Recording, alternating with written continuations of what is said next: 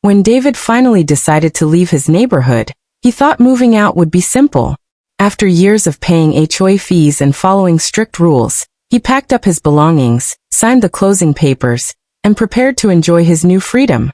But there was one person who didn't like that idea. Karen, the self-appointed enforcer of the HOA. Karen believed nothing could happen in the neighborhood without her approval. When she noticed David's moving truck parked outside, she marched over, demanding to see proper clearance forms. David calmly explained that he no longer needed HOA involvement. He was selling his home, not remodeling it. But Karen wasn't satisfied. The next day, while David and his son Mark loaded the final boxes, police cars pulled up.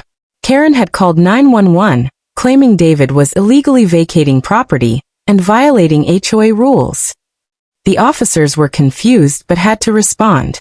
Mark, who had kept quiet until now, stepped forward and presented his badge. He was an FBI agent.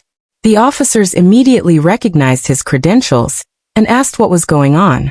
Mark explained the situation. His father had sold the house legally, and the HOA had no power to control someone moving out. The police turned to Karen, asking for evidence of her claims. Flustered, she waved around HOA paperwork that had no legal standing. The officers politely told her she had wasted their time and warned her against making false reports. For David, it was a moment of quiet satisfaction. He hadn't planned on his son needing to intervene, but Karen's attempt to control something beyond her authority had completely backfired. As the moving truck pulled away, David glanced back at his old neighborhood. For once, Karen stood silent, realizing she had finally met someone she couldn't intimidate.